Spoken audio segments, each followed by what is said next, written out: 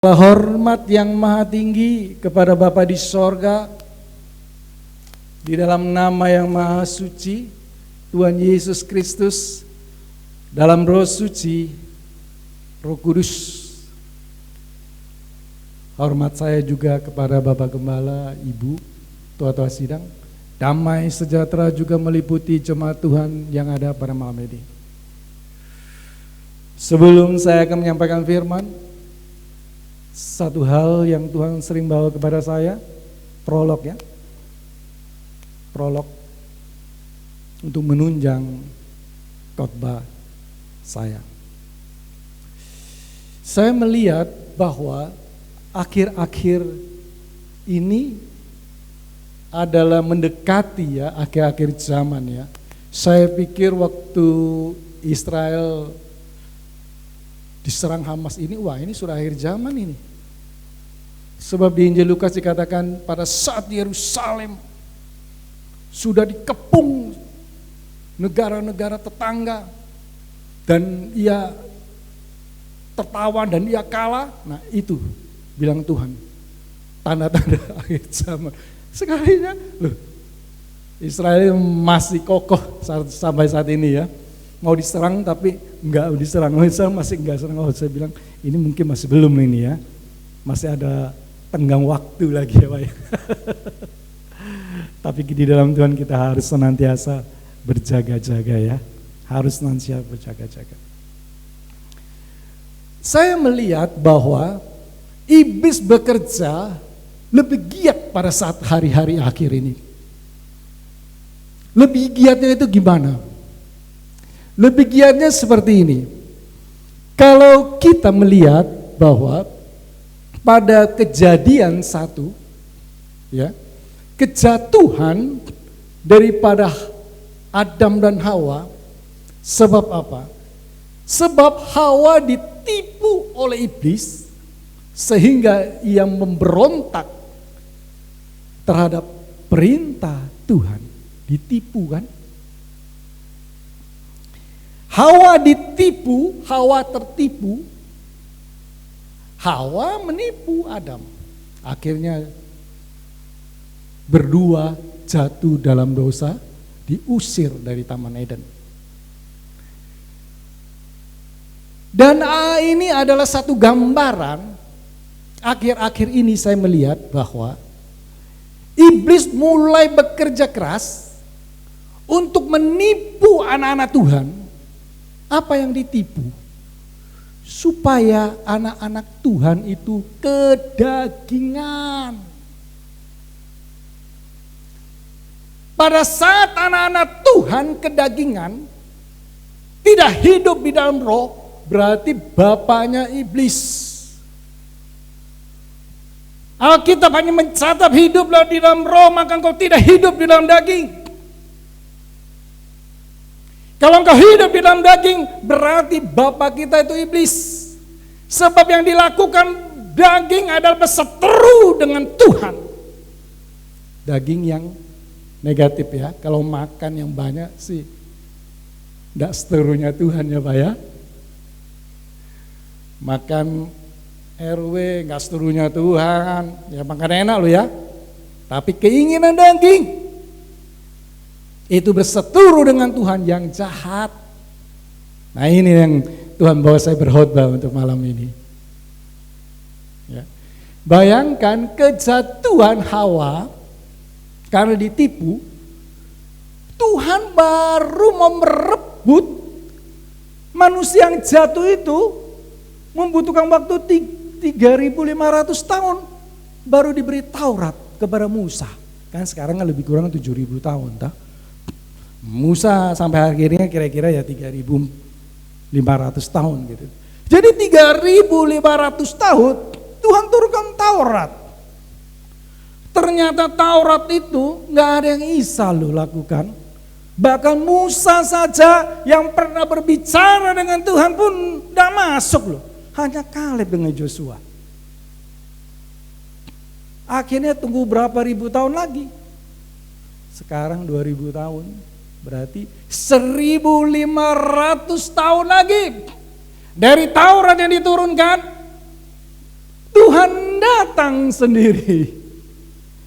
Sebab hukum Taurat itu mengikat, kita dibenarkan karena perbuatan kita.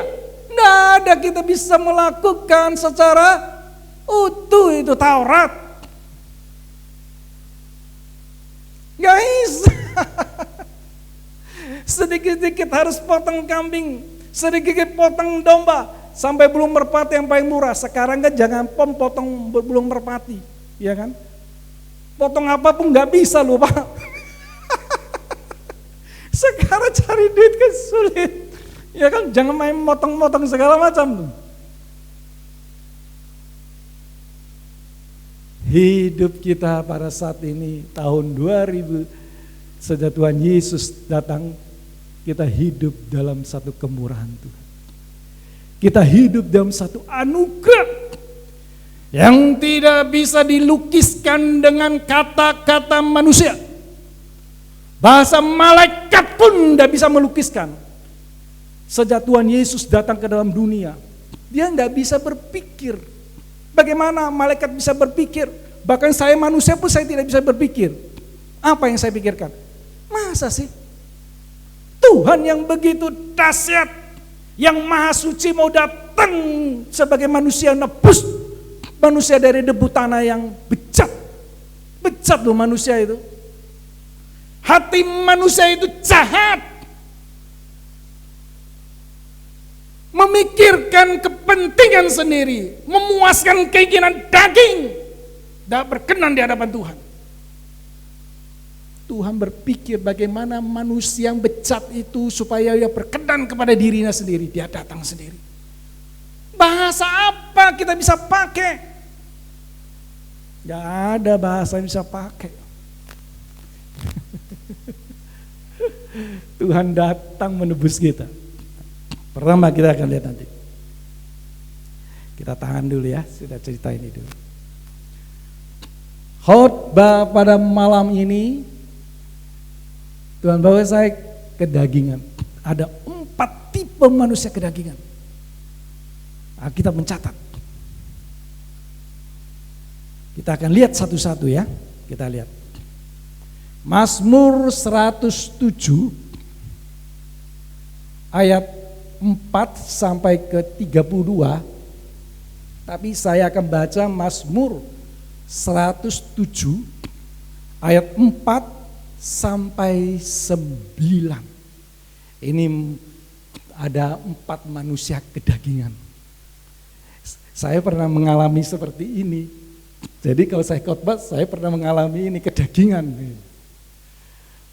Ya, jadi cocok kalau orang pernah mengalami saya di bawah khotbah gini ya.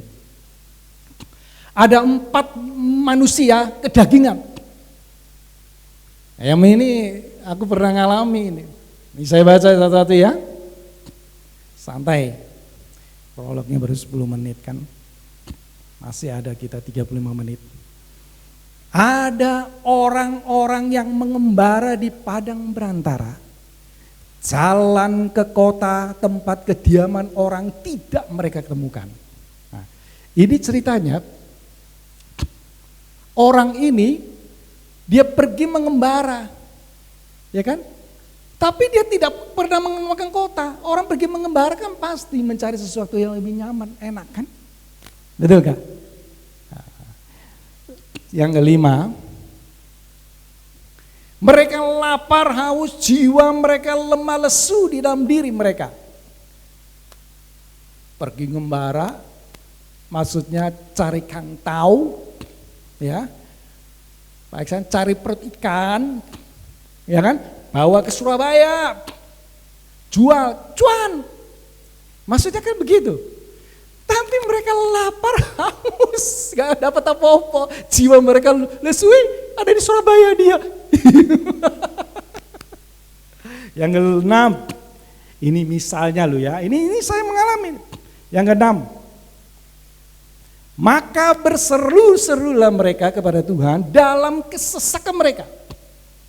Ya, berseru-seru kepada Tuhan dalam kesesakan mereka. Dan dilepaskan mereka dari kecemasan mereka. Tuhan itu baik ya. Ayo, 7.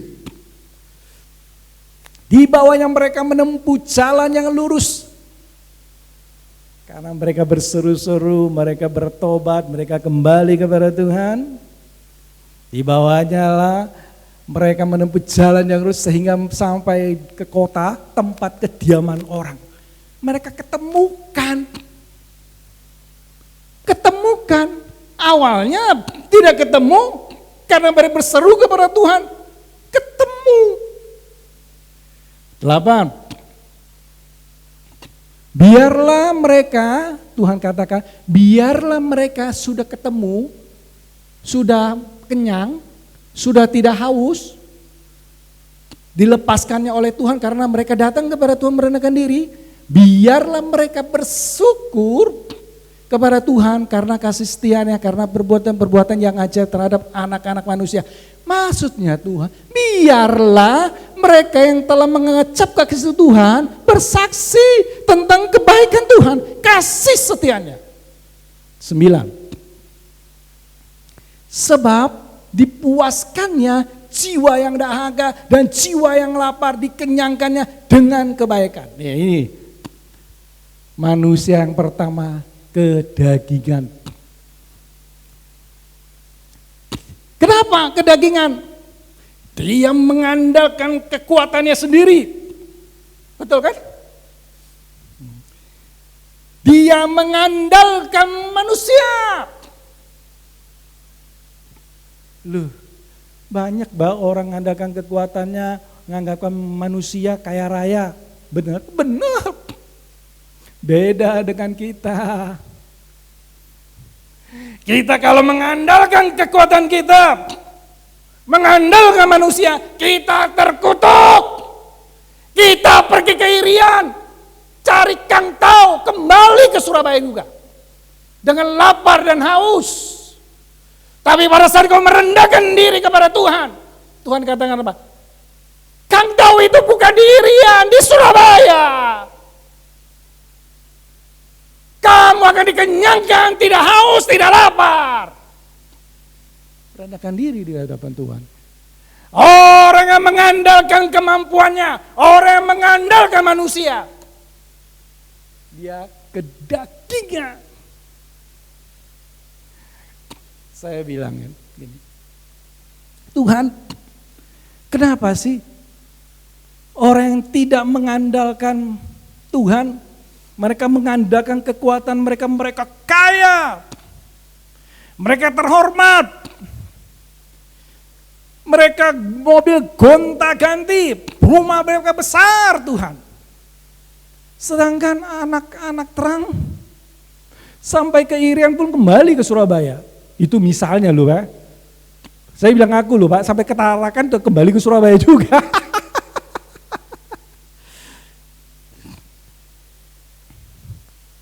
Tuhan berikan pengertian. Anakku, mereka ditaruh di tempat yang licin. Mereka bagaikan rumput yang bergoyang, sebentar ada, sebentar tidak ada. Mereka hanya menghiasi bumi ini rame-rame. Orang-orang yang tidak menerima anugerah Tuhan, mereka hanya dihibur selama mereka hidup itu sebagai rumput yang bergoyang. Di dunia ini hanya rame-rame. Sedangkan engkau, hai anakku, coba dibayangkan dengan logika manusia. Tadi kan saya sudah ngomong dah. Bahasa manusia itu nggak ada. Kamu lihat, bilang Tuhan. Adakah manusia, bahkan orang tuamu, dia kasihkanmu berani ginjal satu? Berani gak? Ada orang tua berani gak kasih ginjal anaknya satu yang sakit?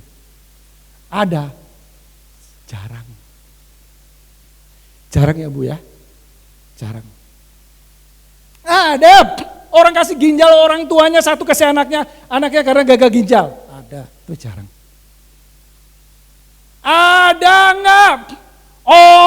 tua yang berani kasih jantungnya sama anak yang gagal jantung?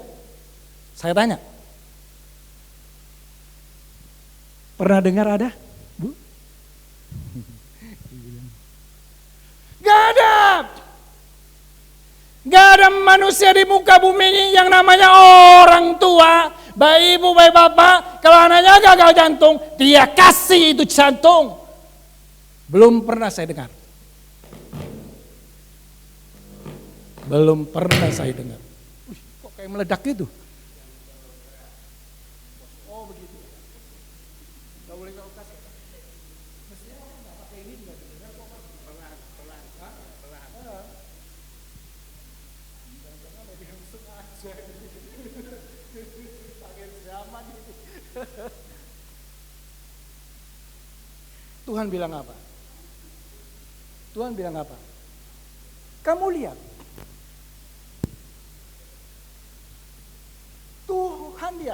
Tuhan lihat.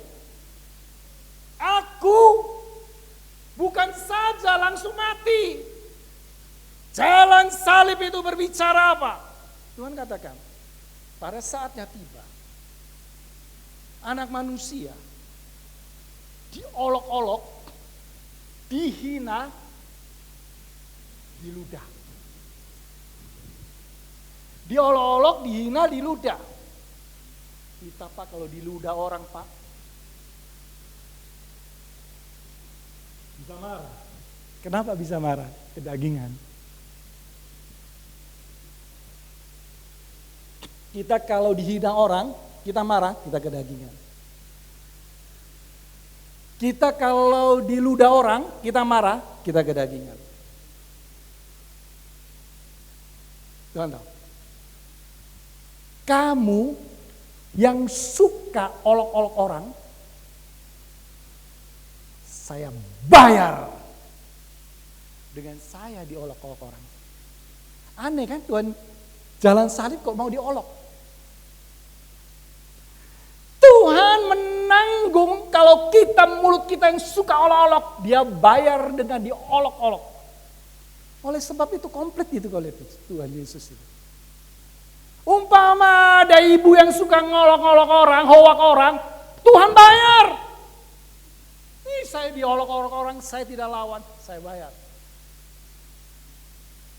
Kalau ada jemaat yang dulunya hidupnya enak, suka hina orang, itu Tuhan hina. Bayar. Lunas. Ada jemaat yang diludah, suka ludah orang. Mungkin takut kalau dilihat, tapi di belakang dia ludah orang. Pe. Kalau dia ludah depan kan dipukul orang. Belakang dia ludah. Tuhan bilang, aku bayar lunas. Aku ludah. Aku tidak melawan. Kenapa? Tuhan taruh itu. Mahkota duri harus ada di kepala. Itu ada artinya itu. Ini loh, manusia otaknya banyak cabul. Iya kan? Sekarang kalau melihat kan banyak wanita yang apa? Bisa cabul loh otak kita itu. Walaupun saya pendeta tuh bisa cabul. Otak ini bukan lagi cabul, kadang otak ini licik.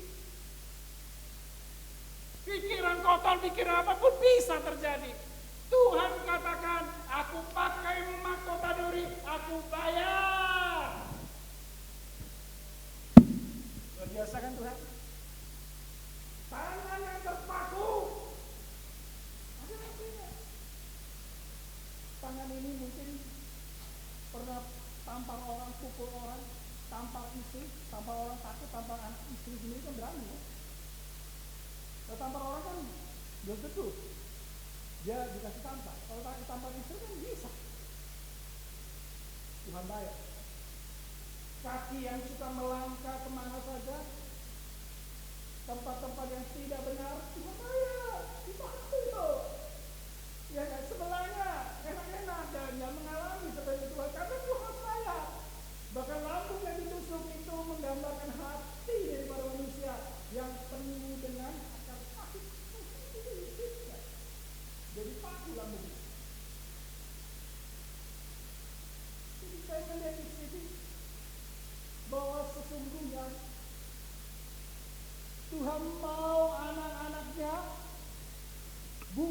saja sebatas sampai hanya percaya tapi harus menunggal. Tidak kedatangan mengandalkan kemampuan sendiri, tidak mengandalkan kemampuan manusia, tapi bukannya sebatas itu. Tuhan mau kita manunggal.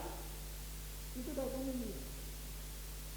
Dukun yang sakti, dia nggak pakai jimat. Dia hanya baca mantra-mantra itu. Tuhan mau kita sempurna, hidup sama seperti dia. Bapa di dalam dia di dalam Bapa, kita bersama dengan Tuhan manunggal. Pada saat kita manunggal dengan Allah, kita ada kekuatan melawan kita. Kalau kita tidak manunggal, kita tidak ada kekuatan. Kita pada saat santai-santai bekerja, kita mulai memakai logika kita. Kita santai-santai bekerja kemana, jalan-jalan, bisa kita mengandalkan kekuatan manusia. Sehingga yang terjadi, Tuhan beracara supaya kita berbalik daripada keinginan daging, dari keinginan manusia mengandalkan diri sendiri, kembali mengandalkan Tuhan. Suatu kali saya melihat seperti itu. Saya bertanya kepada hati saya. Dan orang juga pernah bertanya, Pak, kenapa ya orang... Jangan keras, Pak. Oh, masuk YouTube ya, Pak? Kami sudah masuk YouTube ya? Waduh. Pelan aja ya. Waduh, kau tahu tadi pakai jas tadi. Iya. Jadi saya melihat, ya. Jadi saya melihat ada yang bertanya, kenapa ini gerejanya kalau berdoa nangis-nangis? Iya ya, saya pikir kenapa orang ini nangis ya?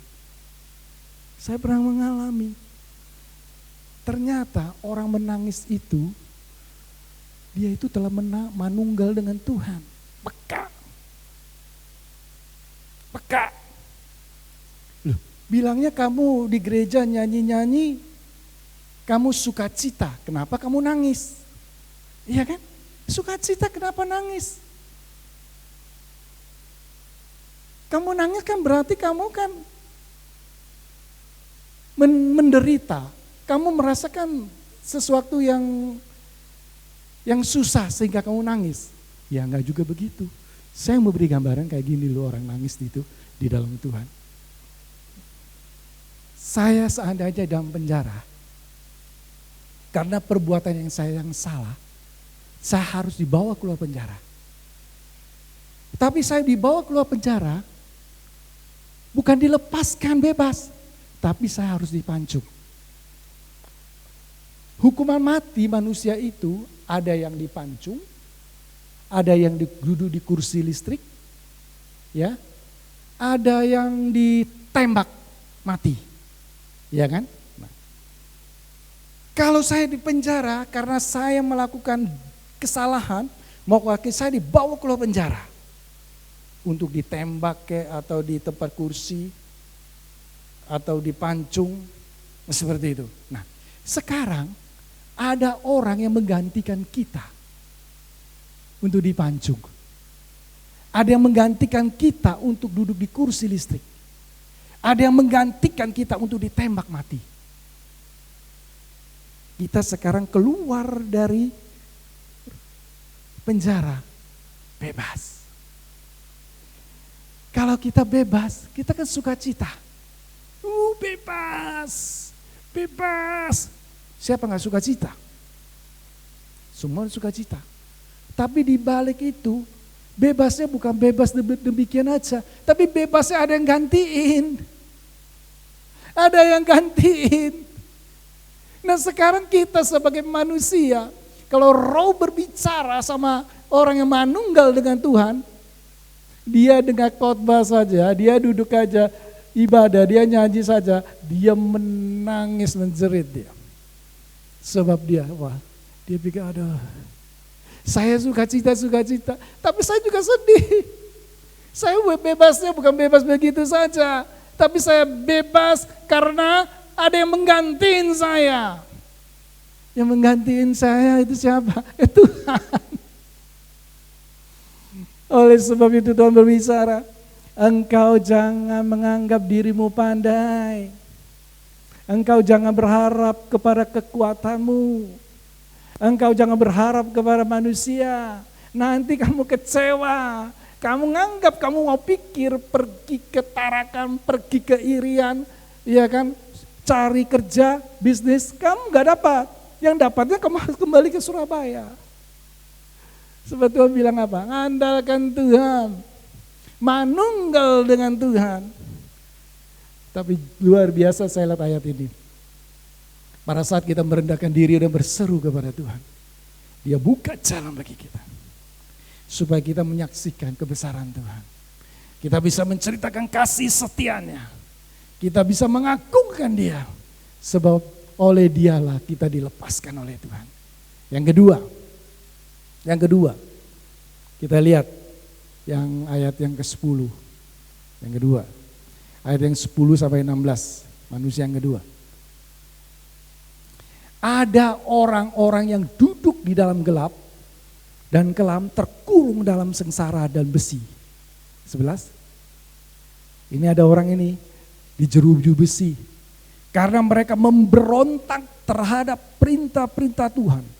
Dan menista nasihat yang maha tinggi. Nah ini orang yang kedua ini, dia ini ada di penjara. Karena apa? Karena mereka memberontak terhadap perintah-perintah Allah. Yang ke-12. Maka ditundukkannya hati mereka ke dalam kesusahan. Mereka tergelincir dan tidak ada yang menolong. 13. Maka berseru-serulah mereka kepada Tuhan dalam kesesakan mereka. Dan diselamatkannya mereka dari kecemasan mereka. 14. Dibawanya mereka keluar dari dalam gelap dan kelam dan diputuskannya belenggu-belenggu mereka. 15. Biarlah mereka bersyukur kepada Tuhan karena kasih setianya, karena perbuatan-perbuatan yang ajaib terhadap anak-anak manusia. 16. Sebab dipecahkannya pintu-pintu tembaga dan dihancurkannya palang-palang pintu besi. Nah, ini ada manusia yang kedua. Dia memberontak terhadap perintah-perintah Tuhan. Manusia yang kedua ini apa? Kedagingan juga. Orang-orang yang biasanya dia aktivis gereja. Biasanya dia seorang yang cinta Tuhan. Moro-moro dia memberontak terhadap perintah-perintah Tuhan. Sehingga Tuhan izinkan dia di belakang jeruji besi, di penjara, tidak ada belas kasihan. Turun kepada dia. Orang ini kenapa bisa memberontak kepada Tuhan? Berawal dari tidak bersyukur. Banyak anak-anak Tuhan yang tidak mau bersyukur sehingga mengambil jalan pintas. Doa A, B, C, D, F tidak dijawab oleh Tuhan. Akhirnya tinggalkan Tuhan. Saya lihat banyak, bahkan pendeta pun doa mereka yang tidak dijawab, mereka tinggalkan Tuhan. Mereka pindah, percaya kepada agama yang lain. Sebab apa? Doa mereka nggak dijawab Tuhan. Mereka mau kairosnya dia, bukan kairosnya Tuhan. Mereka mau waktunya manusia dia, bukan waktunya manusia Tuhan yang tentukan. Akhirnya kecewa dengan Tuhan, tinggalkan Tuhan. Orang yang sudah tinggalkan Tuhan karena tidak bersyukur, apa yang dia lakukan? Saya mau hidup makmur, dia lihat di dunia. Wah, termasuk orang dunia itu enak. Buka kasino, bisa jadi orang yang kaya raya. Badar judi, buka panti pijit.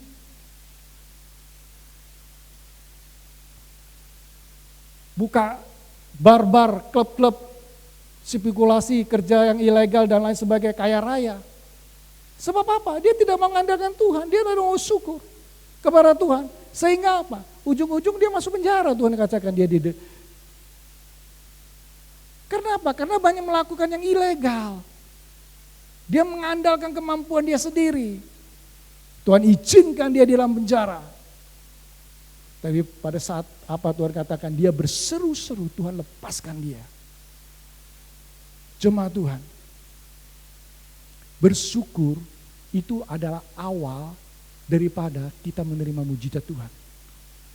Jangan harap kalau tidak diawali dengan bersyukur bisa ada mujizat. Jangan harap.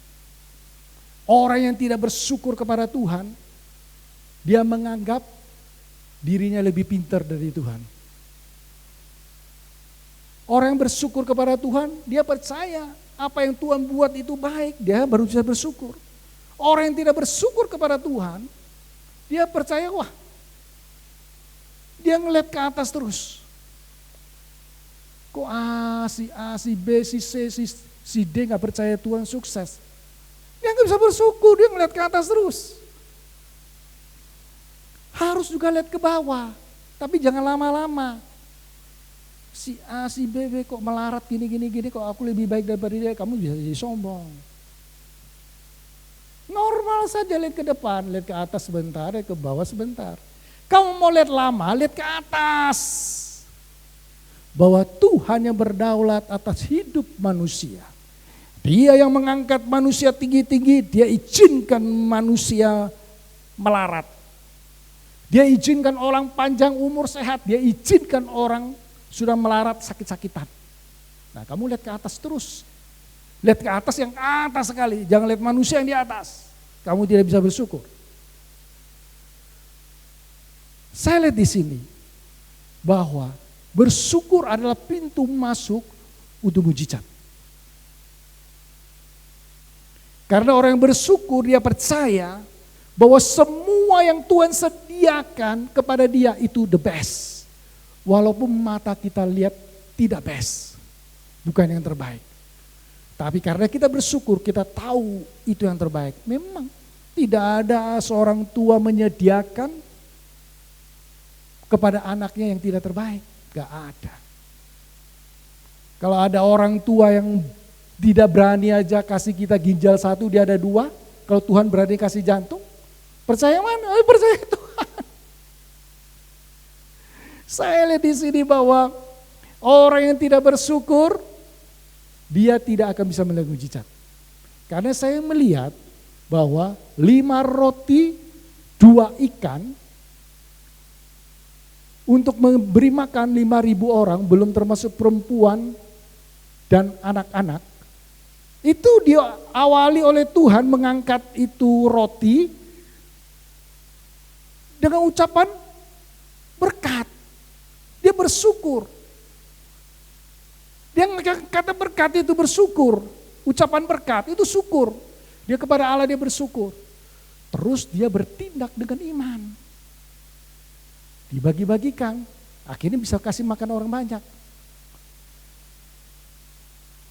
Kita anak-anak Tuhan boleh beriman sampai ujung pun gak apa-apa. A sampai Z pun gak apa-apa. Tapi harus belajar iman yang bagaimana.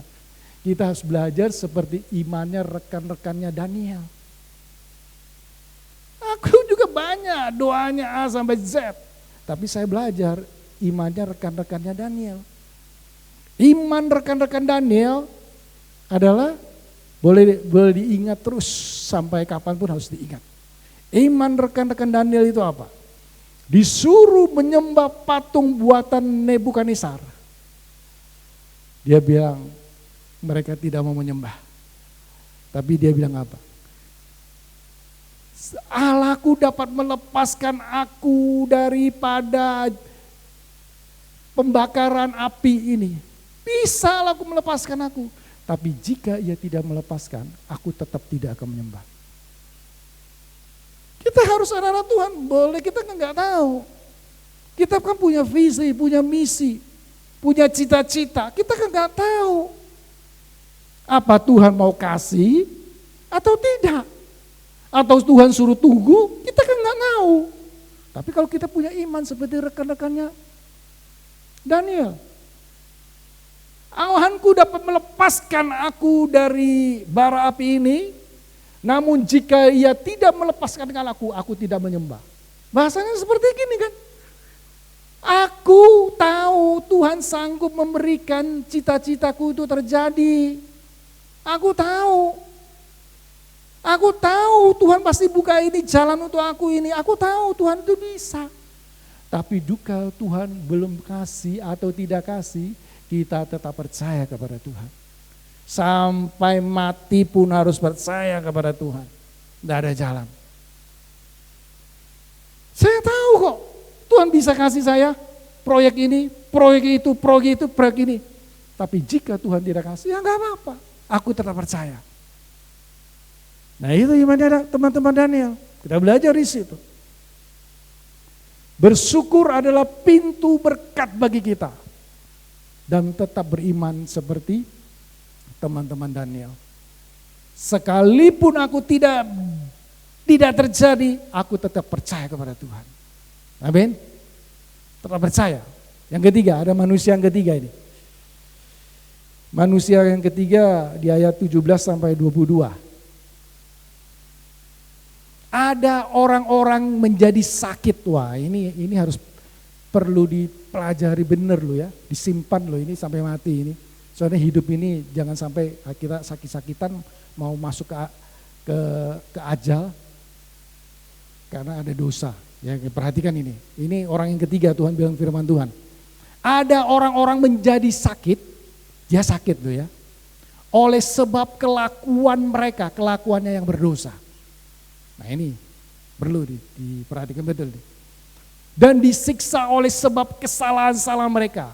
Dia ini ada orang yang kedagingan sampai menjadi sakit Tuhan izinkan karena dia berdosa, disiksa oleh kesalahan-kesalahan mereka. 18. Mereka muak terhadap segala makanan, mereka sudah sampai pada pintu gerbang maut. Ini sudah mau mati orang ini sakit. Makan pun muntah-muntah ini orang ini. Karena dosa ini, kita lihat ya. 19. Maka berseru-serulah mereka kepada Tuhan dan mengesahkan mereka dan diselamatkannya mereka dari kecemasan mereka. 20. Disampaikannya lah firman-Nya dan disembuhkannya mereka, diluputkannya mereka dari liang kubur. 21. Biarlah mereka bersyukur kepada Tuhan karena kasih setianya, karena perbuatan-perbuatan yang ajaib terhadap anak-anak manusia. 22. Biarlah mereka mempersembahkan korban syukur dan menceritakan pekerjaan-pekerjaannya dengan bersorak-sorai. Ini orang kedagingan ketiga. Hati-hati loh ini. Ini saya melihat ya, beberapa anak Tuhan bahkan pelayan Tuhan. Mereka itu sakit, hampir masuk ke kubur gara-gara mereka ada dosa. Ada lihat pendeta yang masuk penjara karena berzina, ketahuan orangnya. Ada ngelihat pendeta yang membunuh masuk penjara, itu masih kasih karunia. Kasih karunia itu. Dia masuk penjara, dia bertobat, dipakai Tuhan. Itu kasih karunia. Tapi kalau tidak bertobat, bilang Tuhan apa? Ini sudah sampai ajalnya ini, hati-hati. Kenapa mereka bisa itu? Orang-orang yang ketiga ini kedagingannya apa? Tahu nggak jemaat Tuhan? Mereka melayani dengan akar pahit. Ada jemaat yang datang gereja aktif tapi akar pahit. Hati-hati, Tuhan berperkara loh sama kita. Ini orang-orang kedagingan yang ketiga ini diperhatikan loh. Tuhan tidak mau dipermainkan. Orang ini sakit, hampir mau mati sudah. Sebab ada dosa yang dia lakukan. Dosa ke orang akar pahit itu gak kelihatan. Dia gak bisa mengampuni orang. Kalau dia salah sama orang, dia gak perlu minta ampun. Kalau orang salah sama dia, orang itu harus minta ampun. Nah ini, hati-hati dosa ini. Kalau sudah tanda-tandanya sakit, sudah beruntun, sudah makan pun udah bisa muntah-muntah mau mati, hati-hati diperhatikan ini. Karena ada anak-anak Tuhan, bahkan siapapun yang ada akar pahit, hati-hati melayani Tuhan itu. Soalnya Tuhan itu gak bisa dipermainkan. Saya melihat di sini bahwa ada gembala yang ditarakan, ya begitu saya lihat. Nasibnya, stroke. Tapi Sampai, pernah nggak dengar ya, satu gereja, jemaat itu kumpul ngusir pendetanya. Ini terjadi ini. Kalau kita benar gak berani lah jemaat itu ngusir pendetanya. Kalau sampai keterlaluan ya, saya nggak tahu. Apa yang salah yang mana saya nggak tahu. Tapi kalau kita benar di hadapan Tuhan, gak akan bisa terjadi lah hal seperti itu. Wah, ini kalau kita ada akar pahit, cepat selesaikan dengan Tuhan. Cepat selesaikan. Jangan melayani Tuhan dengan akar pahit. Jangan datang kepada menyembah Tuhan dengan akar pahit. Jangan pelayanan dengan akar pahit. Itu kedagingan itu, tipuan iblis itu. Supaya kita diizinkan oleh Tuhan nanti kita sakit penyakit itu menyerang kita satu persatu. Sampai kita mengaku di hadapan Tuhan bertobat, baru Tuhan pulihkan kita.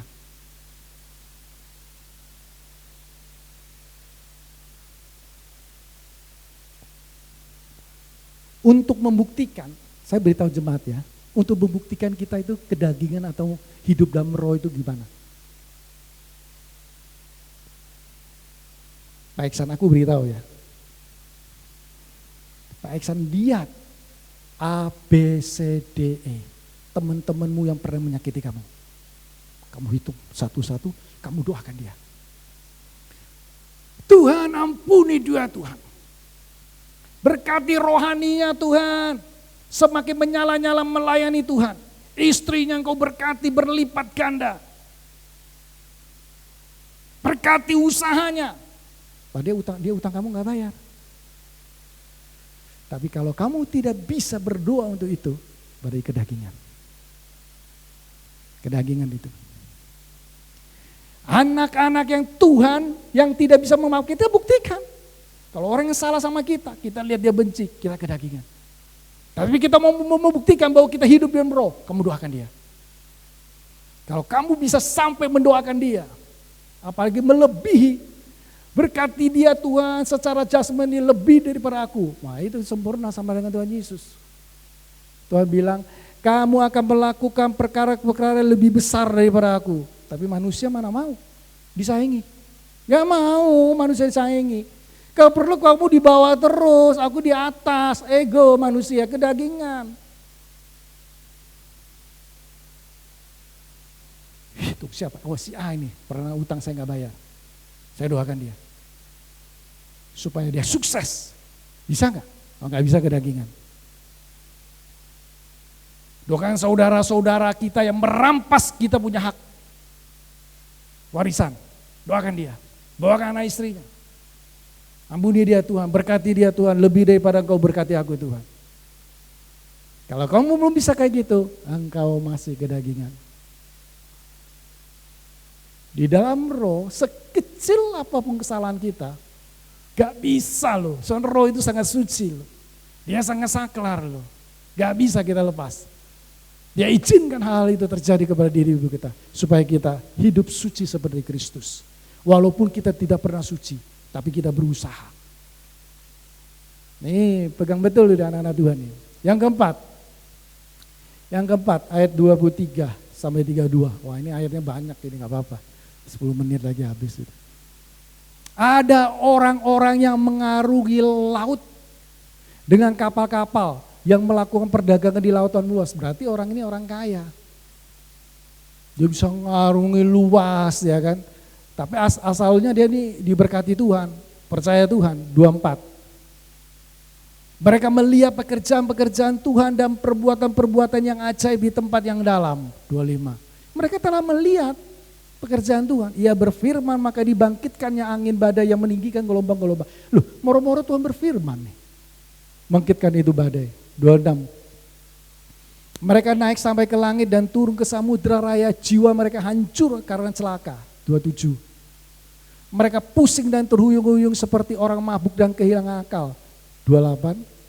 Tuhan izinkan ini. Mereka berseru-seru kepada Tuhan dan kesasakan mereka dan dikeluarkan mereka dari kecemasan mereka. 29.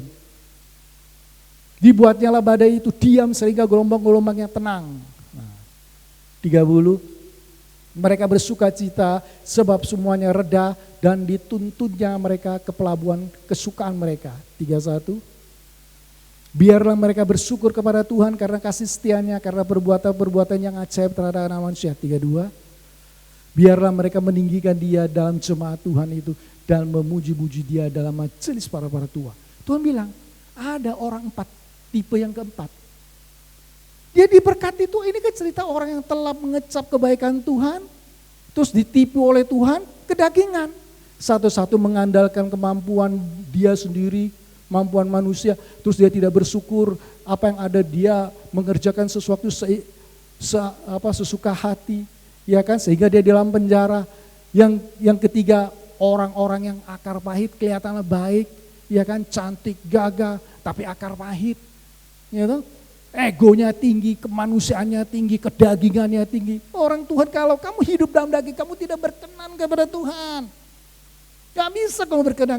Manusia boleh kita tipu, bah, tapi Tuhan gak bisa. Tuhan di dalam diri kita kok, Dia tahu kok. Sampai ujung-ujung jarum ke sum-sum tulang pun Dia tahu, gak bisa. Bahkan yang keempat dikatakan, orang-orang ini kaya. Karena apa? Orang ini kan awalnya kan miskin, diperkaya oleh Tuhan, bisa ngarungi lautan luas. Tapi Tuhan berfirman, badai, Tuhan rendahkan dia. Kenapa Tuhan rendahkan dia? Orang-orang ini kalau sudah kaya raya, bisa lupa Tuhan, bisa jadi sombong. Orang-orang itu kalau sudah kaya banyak yang sombong, tapi ada juga rendah hati sedikit. Tapi ada orang miskin pun bisa sombong. Ada orang rohani pun bisa sombong. Sombong apa? Oh, sombong dia bisa bahasa roh. Sombong dia satu hari bisa doa 2 jam. Dia cerita kepada orang-orang, oh saya bisa berdoa 2 jam. Oh, dia cerita kepada orang gerejanya besar. Sombong dia. Orang menceritakan kebesaran yang Tuhan percayakan kepada dia, sombong atau enggak kelihatan dari ceritanya itu kan. Jemaat yang banyak dia ceritakan, jemaatmu dikit. Sombong dia. Perbuatan yang baik supaya mau dihormati, diceritakan, dia ceritakan. Sombong dia di situ, kelihatan. Orang yang merendahkan ceritakan apa yang Tuhan percayakan, dengan dia merendahkan diri di hadapan Tuhan kelihatan. Kalau dia sombong, berarti dia kedagingan. Alkitab itu mencatat dia direndahkan. Tuhan itu baik ya. Kita diangkat, kita sombong, kita direndahkan, kita datang kepada dia, diangkat lagi. Tuhan itu baik, ya kan? Ya, Tuhan itu baik, ya kan? Luar biasa itu. Jadi saya melihat Tuhan itu sangat baik, ya kan? Walaupun kadang-kadang kita itu banyak salahnya ya kita diampuni oleh Tuhan lah. Itu luar biasa Tuhan. Kesimpulannya, ini penutup ya. Ini pas sudah habis waktunya. Penutup ini. Yakobus 1 ayat 2 sampai 4. Yakobus 1 ayat 2 sampai 4. Ini kesimpulannya. Yakobus 1 ayat 2. Saudara-saudaraku, anggaplah sebagai suatu kebahagiaan apabila kamu jatuh ke dalam berbagai cobaan. Yang ditekankan di sini bahagia dalam percobaan-percobaan. Ya kan? Yang ketiga, ayat yang ketiga. Sebab kamu tahu bahwa ujian terhadap imanmu menghasilkan ketekunan. Bahagia loh, Pak Iksan kalau kamu ngalamin percobaan-percobaan, tapi gak ada percobaan kan? Gak ada Pak Iksan.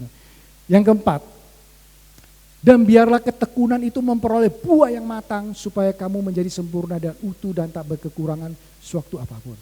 Puji Tuhan. Kalau saya di Roma, tidak usah ditulis ya, Roma 5 ayat 3 dikatakan, bermegahlah engkau di dalam kesengsaraan. Tapi di Yakobus kata, berbahagialah engkau di dalam segala pencobaan. Berbahagia, kenapa? Karena dikatakan pencobaan itu menghasilkan ketekunan. Ketekunan menghasilkan buah yang matang. Buah yang matang itu apa? Buah roh. Untuk menghasilkan buah yang matang sehingga engkau sempurna sama dengan Kristus, dikatakan kan tadi Yakobus 1 ayat 4 Pak. Yakobus 1 ayat 4. Jadi kita berbahagia sebab pencobaan-pencobaan ujian sengsara itu datang, dia menghasilkan ketekunan. Tekunan menghasilkan buah yang matang, buah roh. Jadi menghasilkan buah roh itu proses loh. Terus kita sempurna walaupun tidak pernah sempurna, berusaha. Iya kan? Nah itu loh, tak berkekurangan suatu apapun supaya kamu sempurna. Menghasilkan buah matang. Berarti kesusahan, pencobaan, penderitaan itu benih kebenaran. Yang Tuhan tanam ke dalam diri kita untuk diproses menghasilkan ketekunan. Ketekunan apa? Ketekunan supaya tetap menjaga hidup ini, jangan mengandalkan diri sendiri, tekun sampai mati. Tekun sampai mati, jangan mengandalkan kemampuan sendiri. Tekun sampai mati, jangan mengandalkan manusia. Tekun sampai mati, tetap bersyukur apapun terjadi. Sampai mati pun tetap bersyukur. Ya kan? Tekun lagi ama. Tekun, jangan sampai ada akar pahit. Tekun. Jangan sampai akar pahit. Bahaya lu akar pahit itu. Tekun apa? Kalau sudah diberkati Tuhan, jangan sombong. Jangan sombong apapun, apa itu berkat rohani, apa itu berkat jasmani, jangan terjadi. Itu kamu tekun di situ. Terus tekun apa? Tekun berdoa, tekun juga datang merendahkan diri dengan puasa, tekun membaca firman, tekun merenungkan kebaikan Tuhan, tekun menceritakan kebaikan Tuhan. Itu tekun juga, belajarnya dari mana? Belajarnya pada saat benih itu ditanam, kesusahan, penderitaan itu datang. Jadi kalau kita susah itu, kita ngelihat 4 jenis orang kedagingan. Awalnya dia percaya kepada Tuhan, tapi Tuhan izinkan itu terjadi sehingga ia berbalik kepada Tuhan dan mereka hidup menjadi kesaksian. Tuhan itu baik loh. Penderitaan yang kau alami ada penderitaan biasa yang tidak melebihi kekuatanmu. Tekun kamu dihasilkan dari penderitaan. Penderitaan terus, tekun terus, Tuhan saya tekun terus. Tidak kedagingan seperti 4 tipe manusia itu dan yang lain, tekun berdoa. Tuhan katakan menghasilkan buah yang matang. Apa itu? Buah roh. Buah roh itu adalah kasih kepada Tuhan. Mempunyai roh kasih kepada Tuhan dengan segenap hati, segenap jiwa, segenap akal budi, segenap kekuatan, segenap mata, segenap telinga, semualah kita ngasih. Dan mengasihi manusia sama diri kita sendiri. Memiliki roh yang kasih kepada Tuhan. 2 roh sukacita, roh damai, roh panjang sabar, roh murah hati, roh kebaikan, roh kesetiaan, roh lemah lembut, dan roh penguasaan diri. Itu semua dihasilkan bermula dari penderitaan. Bermula dari penderitaan. Penderitaan datang, tekun mencari manusia. Mana bisa? Tuhan sudah gedep. Cari Tuhan, berdoa, merendahkan diri. Menghasilkan buah matang. Terus dikatakan apa? Kita menjadi sempurna sama dengan Kristus. Tidak ada seorang pun bisa sempurna tanpa roh suci ada dalam diri orang itu. Nggak bakal bisa. Walaupun kita tidak pernah sempurna, kita berusaha terus. Amin. Haleluya, pemain musik maju ke depan.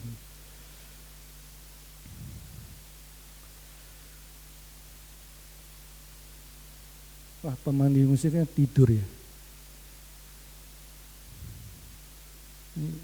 Baru jam 9 malam nih.